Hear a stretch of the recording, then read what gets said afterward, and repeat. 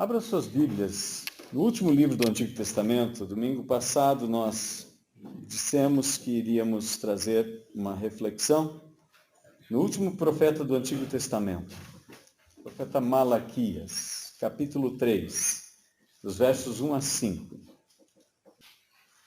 Paulo passou por várias provações. Entre as provações que ele passou foram surras. 40 varadas menos uma. Alguns dizem que eles davam 39 para que, se talvez tivessem pulado um número, não dessem 41. Ou alguns outros acreditam que o fato desta surra de vara trazia tanta dor e tantos problemas que mais de 40 varadas a pessoa morria. Enfim, eu creio que o 39 está mais correto no sentido de que 40 menos 1 seria um ato de misericórdia de não dar a última varada. Como um incentivo para dizer àquele que estava recebendo, então, o dito castigo, mesmo sofrendo, ele dissesse, eles querem o meu bem. Era como um castigo de correção, era corretivo. Mas 39 livros também são os livros do Antigo Testamento. A lei. E a lei, ela foi dada para que nós entendêssemos que a nossa velha natureza, a nossa carne, ela não se converte. Ela precisa, de fato, seguir o conselho de Jesus em Lucas 9, 23. Quem quiser ser meu discípulo, dia a dia tome a sua cruz e me siga. Não tome a minha cruz. Muita gente fala assim que Jesus levou a cruz dele. Não. Jesus levou a sua própria cruz. Ele morreu a nossa morte. A morte de Jesus nos livrou do castigo e da condenação. Mas a nossa cruz, cada um de nós precisa tomar. E precisa ser feita uma separação. Muita gente considera fardos como cruz. Isso Jesus não pediu para nós fazermos. Mateus capítulo 11, por exemplo, que Jesus fala, vinde a mim todos que estáis cansados e sobrecarregados. Me dá o seu fardo e pega o meu. Essa é a proposta de Jesus. Mateus 11, 28 até o final do capítulo, porque o povo estava tão oprimido com todas aquelas leis e exigências que no capítulo 23, então, de Mateus, Jesus diz que eles faziam até muitas leis exageradas, mas eles mesmos não estavam dispostos a cumprir aquelas leis.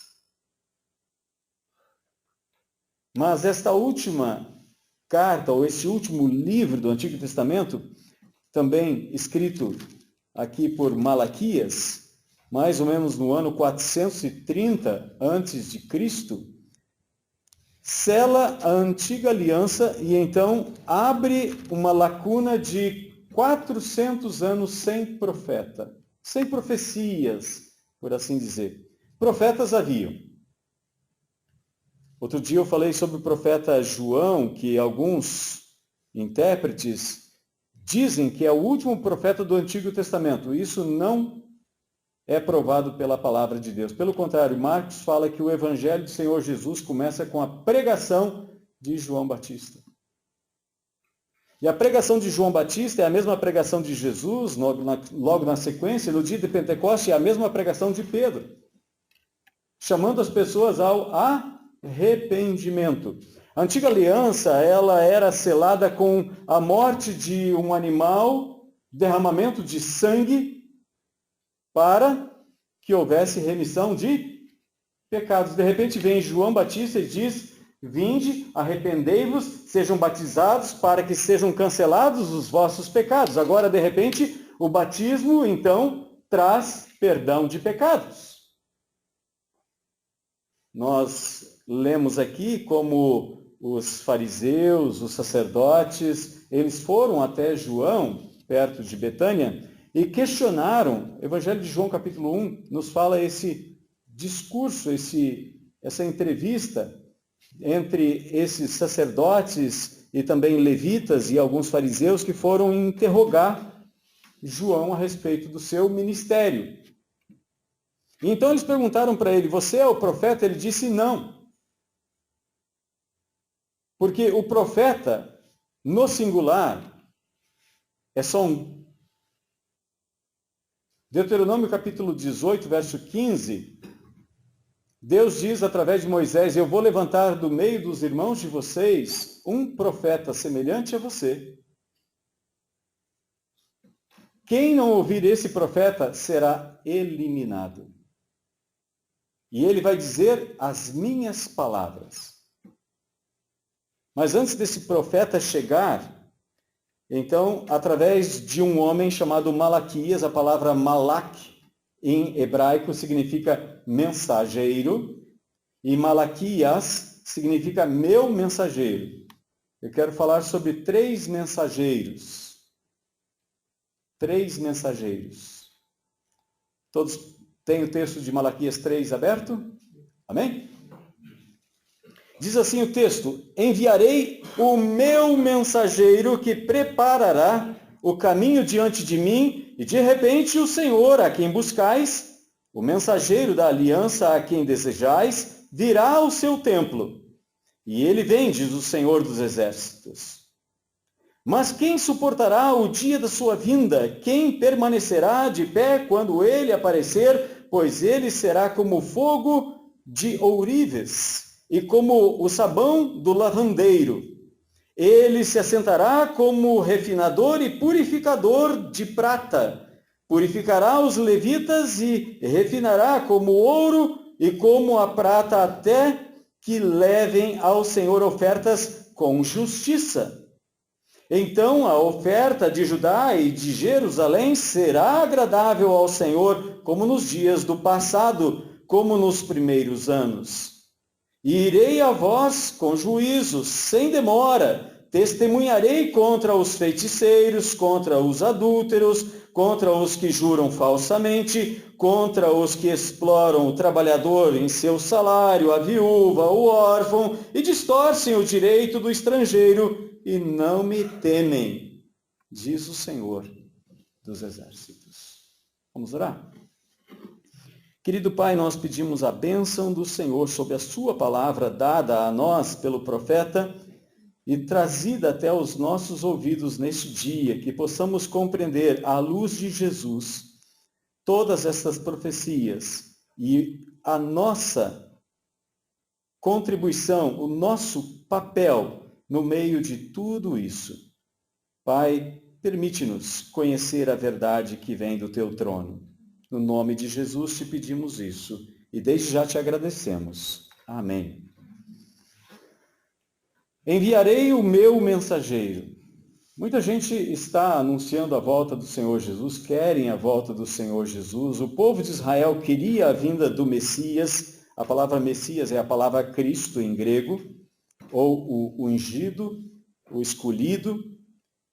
Mas quando ele chegou, em lugar de crer nele, eles o rejeitaram. João capítulo 1, verso 11 nos diz: ele veio para o que era seu, e os seus não receberam. Mas a todos quantos o receberam, ele lhes deu o poder de se tornarem filhos de Deus. Agora imagina, você espera algo e quando aquilo acontece, você rejeita. Será que já aconteceu com você de, talvez, em algum momento na sua vida, você ter a expectativa de esperar algo acontecer e, de repente, aquilo demora para acontecer e você acaba se esquecendo daquele fato? Talvez uma visita, alguém prometeu ir na sua casa, não veio no horário marcado, não veio no dia seguinte, e de repente você até se esquece. Deus havia prometido que iria enviar o seu mensageiro, o mensageiro da aliança. O povo de Israel ficou muito eufórico, animado com isso.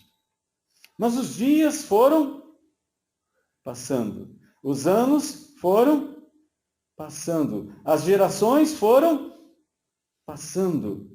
Jesus prometeu que iria voltar ou não? Sim ou não? E já vai para 2000 anos. De repente, no período do final, Jesus diz que o amor de muitos se esfriaria. Por que o amor de muitos se esfriaria? Porque eles dizem, ele não vem coisa nenhuma. Segundo Pedro, capítulo 3, Pedro escreve todo aquele capítulo dizendo sobre isso. De pessoas que conhecem a Deus, conhecem a promessa de Deus, mas eles dizem, tudo vai continuar do jeito que era desde o início do mundo. Ele não vem coisa nenhuma. Quando nós aguardamos algo que está por acontecer e aquilo não acontece na medida em que nós desejamos, nós começamos a relaxar. Nós começamos a baixar a guarda. No culto do Antigo Testamento, por exemplo, Malaquias, ele denuncia uma atitude de todos. Deus se compara a um governador. Imagina que você precisa do favor de um governador,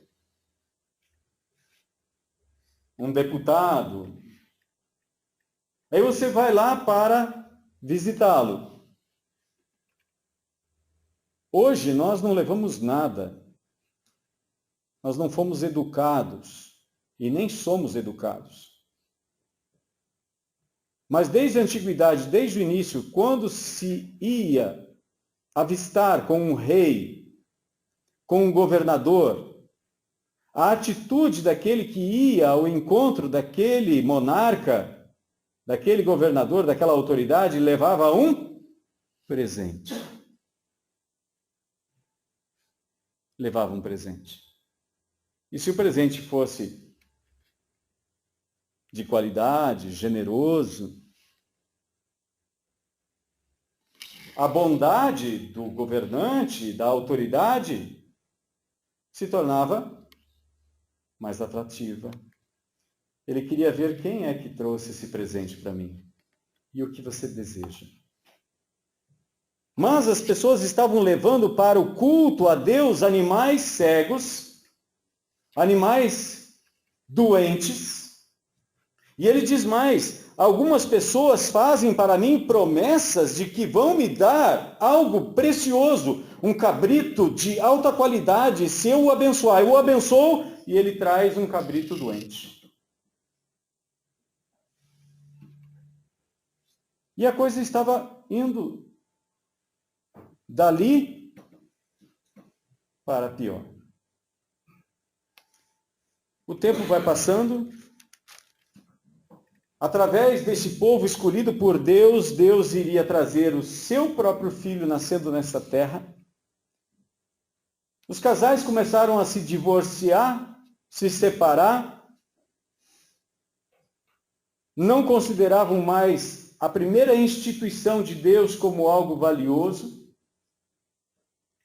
Então, no capítulo 2, por exemplo, se você olhar o capítulo 2, você vai ver a revolta de Deus, no verso 13. Além disso, ainda cobris o altar do Senhor com lágrimas, choros, gemidos, porque ele não olha mais para as suas ofertas, nem aceita da vossa mão com prazer. Mesmo assim perguntais, por quê? Porque o Senhor tem sido testemunha entre ti e a esposa que tens desde a juventude, para com a qual foste infiel, embora ela fosse tua companheira e mulher de tua aliança matrimonial. Não foi o Senhor que fez deles um só? Eles lhe pertencem em corpo e espírito. E por que um só? Porque ele queria uma descendência santa. Cuidai de vós mesmos, portanto, em que ninguém seja infiel com a sua esposa desde a juventude, pois eu odeio o divórcio e também odeio aquele que se veste de violência, diz o Senhor Deus de Israel. Portanto, cuidai de vós mesmos, diz o Senhor dos exércitos, e não sejais infiéis. Através da vida conjugal, da família, Deus iria trazer, através de Judá, através do povo de Israel, o seu filho. E diga-se de passagem que Jesus nasceu numa família. Ele já era pré-existente, aliás, é ele que está falando aqui no capítulo 3. Por isso nós temos 3 Malaquias aqui. O Malaquias que escreveu, o meu mensageiro. O Malaquias que vinha preparar o caminho para o Senhor. E o Malaquias da aliança. A palavra Malaquias, lembrando muito bem, significa meu mensageiro. O profeta Malaquias era o mensageiro de Deus, que estava anunciando que viria o mensageiro de Deus para preparar o caminho, e que o mensageiro de Deus, o mensageiro da aliança, iria vir até o templo. O templo era o lugar para o israelita considerado o mais sagrado. Toda adoração devia ser voltada para o templo. Toda oração, quando o primeiro templo foi erigido em Jerusalém, devia ser voltado para o templo. Você sabia que todo judeu no mundo, para onde ele fosse levado, ele se virava para o templo em Jerusalém para orar? Lembra do caso de Daniel? Ele abria a janela que dava para Jerusalém e ali 3 vezes por dia, ajoelhado, ele orava ao Senhor. Eles estavam aguardando aquele que eles estavam esperando vir ao templo. E a promessa de Deus, através de Malaquias, é que ele ia vir para o templo. E ele veio para o templo. João, conhecido como o batizador, ou que emergia as pessoas para essa nova aliança, ele também foi apresentado nesse mesmo templo. Aliás, o pai dele servia nesse templo, em Jerusalém. 6 meses depois é trazido um outro menino que foi registrado com o nome de Yeshua, ou em grego, Yesu, ou aportuguesando, Jesus. E quando eles apresentaram ele ali no templo, você pode deixar esse texto aberto e vai lá para Lucas capítulo 2, você vai ver no capítulo 2, 2 pessoas que vêm até aquele lugar, naquela mesma hora em que Maria, José e o menino Jesus está sendo apresentado ao Senhor, e Maria está oferecendo 2 rolinhas ou 2 pombinhas como sacrifício pela sua purificação. Aparece Simeão, e o versículo 28 nos diz: Simeão o tomou nos braços e louvou a Deus, dizendo: Senhor, agora podes deixar ir em paz o teu servo segundo a tua palavra, pois os meus olhos já viram a tua salvação, a qual preparaste diante de todos os povos, luz para a revelação aos gentios e para a glória de teu povo Israel. O pai e a mãe do menino se admiraram das coisas ditas sobre ele. Simeão já era velho, mas no verso 26 nos diz: o Espírito Santo lhe havia revelado que ele não morreria antes de ver o Cristo, o ungido, o Messias, da parte do Senhor. E então, movido pelo Espírito Santo, ele foi ao templo. 430 anos antes, Malaquias, o mensageiro do Senhor, anunciou que o Senhor viria para o templo. E ele veio. E não somente Simeão, de repente ali no meio do povo, começa a falar sobre isso, mas uma profetisa. Versículo 36 em diante. Estava também a profetisa, estava lá também a profetisa Ana, filha de Fanuel, da tribo de Azer. Ela já era de idade avançada, tinha vivido com seu marido 7 anos apenas, e depois do casamento, permanecendo viúva, e ele faleceu, e ela permaneceu viúva, e já estava com quase 84 anos de idade. Ela não se afastava do templo, cultuando a Deus dia e noite com jejuns e oração. Tendo chegado naquele momento, deu graças a Deus e falou a respeito do menino a todos os que esperavam a redenção de Jerusalém. Malaquias profetiza, ele anuncia a vinda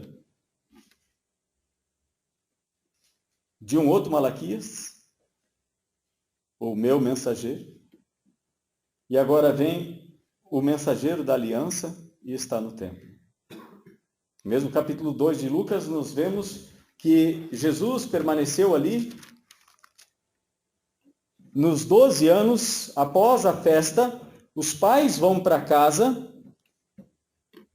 E outro dia eu disse que Jesus não fez nenhuma pergunta para eles, mas ele respondia às perguntas que eram feitas pelos doutores a ele. Verso 46. 3 dias depois, eles o acharam no templo, sentado entre os doutores, ouvindo-os fazer-lhe perguntas. Ele respondia as perguntas. E todos os que o ouviam ficavam admirados com sua inteligência e com suas respostas. Não era ele que fazia a pergunta. Ele respondia as perguntas. Porque os líderes e mestres da lei, eles tinham um princípio básico, eles não respondiam perguntas. Se você fizesse uma pergunta, ele respondia com outra pergunta, levando você a um crescimento, para que você mesmo descobrisse a interpretação, o caminho certo. Mas, quando Jesus vem, eles fazem pergunta, e Jesus responde, dando a direção certa para todas as profecias da antiga aliança. O profeta Malaquias profetiza mais a respeito deste primeiro, o precursor que nós vimos aqui, que tinha a vida como propósito, no capítulo 4, no versículo 4, no versículo 5 e 6, capítulo 4 de Malaquias, versículos 5 e 6. Volta lá para o livro de Malaquias. O texto diz assim: eu vos enviarei o profeta Elias antes que venha o grande e terrível dia do Senhor, e ele converterá o coração dos pais aos filhos e o coração dos filhos aos pais, para que eu não venha e fira a terra com maldição. Se você olhar em Lucas, quando Zacarias está no templo, e o anjo Gabriel aparece a ele, você vai ver o que Gabriel diz para Zacarias. Ele diz assim, no verso 14 do capítulo 1 de Lucas: terás alegria e satisfação, e muitos se alegrarão com o nascimento do seu filho, porque ele será grande diante do Senhor, não beberá vinho nem bebida forte, e será cheio do Espírito Santo desde o ventre materno. Ele converterá ao Senhor, seu Deus, muitos israelitas, irá diante do Senhor no espírito do poder de Elias, para conduzir o coração dos pais aos filhos, os rebeldes à prudência dos justos, a fim de constituir um povo preparado para o Senhor. O profeta Malaquias, na verdade, está anunciando a vinda tanto do Malaquias, que foi conhecido como João Batista, o mensageiro que veio preparar o caminho, assim como também anunciou a vinda do mensageiro da aliança. Jesus é o profeta da nova aliança. Todos eles são chamados de profetas na Bíblia. Tanto Malaquias, que escreveu o livro de Malaquias, como João também foi chamado de profeta. Jesus, quando se refere a João, ele diz: vocês foram ouvir um profeta? Eu digo que é muito mais do que o profeta, porque é este a respeito de quem foi profetizado que viria preparar o caminho para mim. E eu estou aqui. O profeta da aliança é o mesmo que manda o profeta precursor à sua frente. No hebraico, a palavra aqui é Senhor. Jeová. Jesus é Jeová, que se fez homem e veio para o templo em Jerusalém. Aquele a quem buscais, o mensageiro da aliança, a quem desejais. Infelizmente, o desejo dos israelitas é que Deus mandasse um Messias, brandindo sua espada, castigando os seus opressores, expulsando os estrangeiros. Mas, quando ele chegou, o verso 2 nos diz: mas quem suportará o dia da sua vinda? Não era a maneira como o povo esperava que ele fosse, mas é quem ele é. Ele é Deus misericordioso que se manifestou na pessoa de Jesus. É um Deus misericordioso que vem para libertar. Ele vem para purificar. E ele diz que ele está purificando a sua igreja. Efésios capítulo 5, versículo 26. Paulo escreve que ele está limpando a sua igreja através da pregação da palavra. É pela palavra, é pela pregação. É a loucura da pregação, pode parecer que não. Mas é pela palavra de Deus, é pela palavra de Cristo. É somente pela palavra de Jesus que nós podemos chegar à fé. A fé vem por ouvir. Mas no contexto aqui de Malaquias, nós vemos este juízo que João fala. Ele já tem a sua pá na mão. O machado já está na raiz das árvores. Com a vinda de Jesus. É o grande e terrível dia do Senhor. Quem crê no Senhor Jesus tem a vida eterna. João 3,36. Quem não crê nele, sobre ele permanece o quê? Um campo neutro? A ira de Deus permanece sobre essa pessoa. Na verdade, Deus encerrou todo mundo na desobediência para usar de misericórdia para com todos. Romanos capítulo 11. Romanos capítulo 11, versículo 32. Te convido a olhar este texto. A despeito de alguns que dizem que Deus salvou apenas um, ou Jesus morreu apenas por alguns. Porque Deus colocou todos debaixo da desobediência, a fim de usar de misericórdia para com... O que está escrito na sua Bíblia? Todos. Deus é imparcial. Ele não muda. Ele se move, mas ele não muda. É a misericórdia dele derramada sobre a minha vida e sobre a vida do seu amigo, do seu vizinho, da sua esposa, do seu marido, do seu filho, do seu pai, da sua mãe e de tantos quantos estão à sua volta. Porque o apóstolo Paulo nos diz, explicando para o jovem pastor Timóteo, ele diz: porque Deus deseja que todos sejam salvos e cheguem ao pleno conhecimento da verdade. Esse é o desejo de Deus. E Deus não muda. Ele continua sendo o mesmo Deus, misericordioso, bondoso. Romanos capítulo 2, versículo 4, olha só. No capítulo 1 ele está falando para os gentios que se afastaram de Deus, vendo Deus e quem é Deus através da natureza, do mundo criado, em lugar de adorar Ele como Deus, mesmo tendo a percepção de que Deus existe, Em lugar disso, eles começaram a adorar répteis, outros tipos de quadrúpedes, até pessoas. Alguns adoram estrelas, lua, sol, constelações. Mas no capítulo 2 ele volta e fala para o judeu. O judeu que se achava melhor do que o gentio. Então Paulo diz no verso 4 do capítulo 2, desprezas você as riquezas da bondade, tolerância e paciência de Deus, ignorando que a graça de Deus te conduz ao arrependimento? Deus é paciente. Deus é paciente, é misericordioso. Ele é misericordioso, espera que nós nos arrependamos. E é por isso que a gente diz que enquanto a pessoa está viva, ela tem possibilidade de crer e ser salva.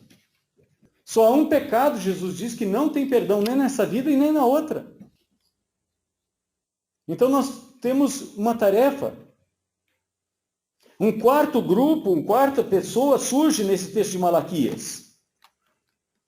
Se nós temos 3 Malaquias aqui, o profeta, João Batista e o próprio mensageiro da paz, da aliança, nós temos aqueles que estavam ouvindo ele.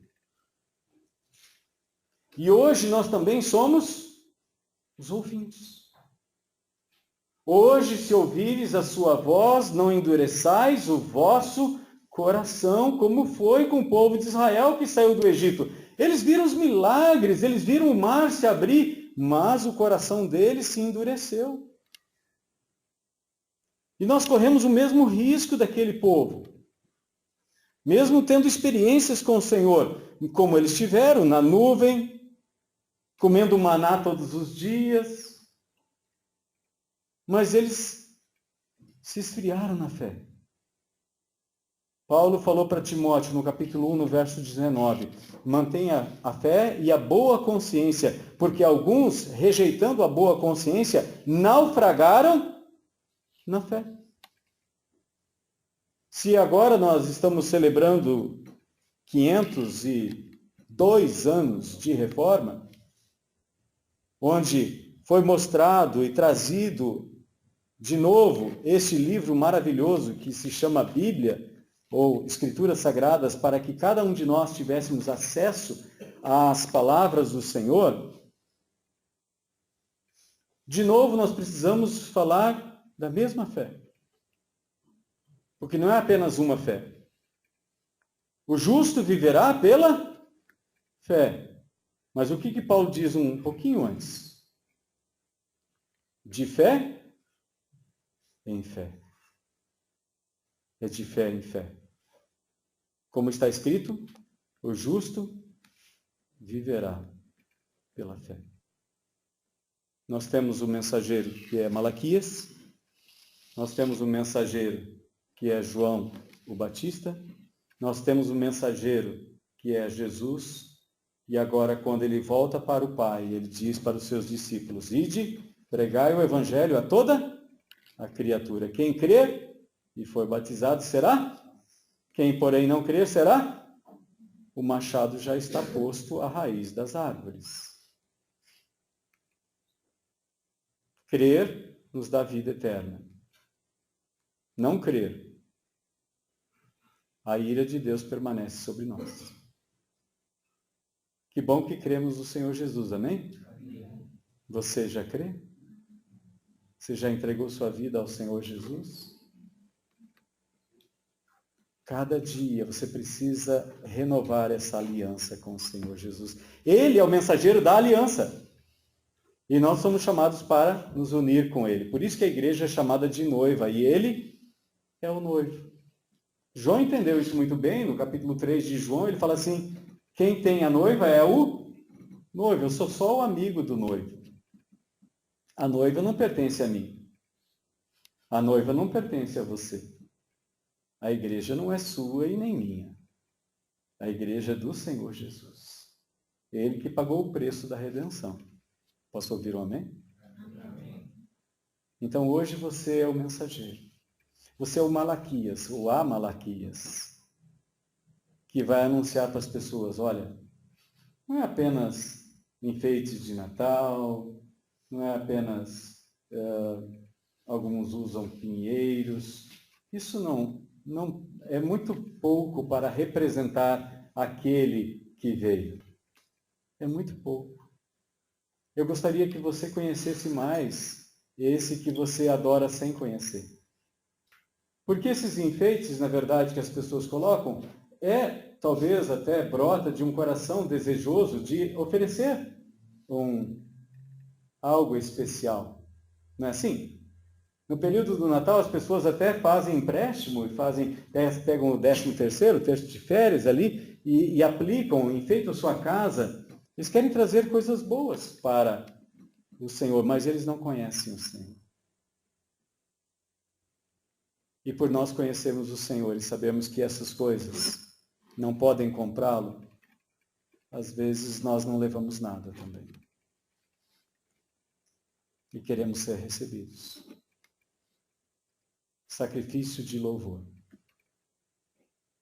Sacrifício de louvor. Deus espera dos meus lábios, dos seus lábios, sacrifício de louvor. Não é mais sacrifício de animais. Não é mais sacrifício até mesmo de pessoas, como acontecia na Antiga Aliança. Muitos povos e muitas religiões faziam sacrifícios humanos. Não é sacrifícios. É adoração. Vamos adorar o Rei da Glória? Exalte o nome do Senhor. O profeta Malaquias disse que ele vinha, e ele veio. Jesus disse, eu vou voltar, e ele vai voltar. Ele quer levar, não só você, para a Nova Jerusalém. Ele quer levar mais pessoas.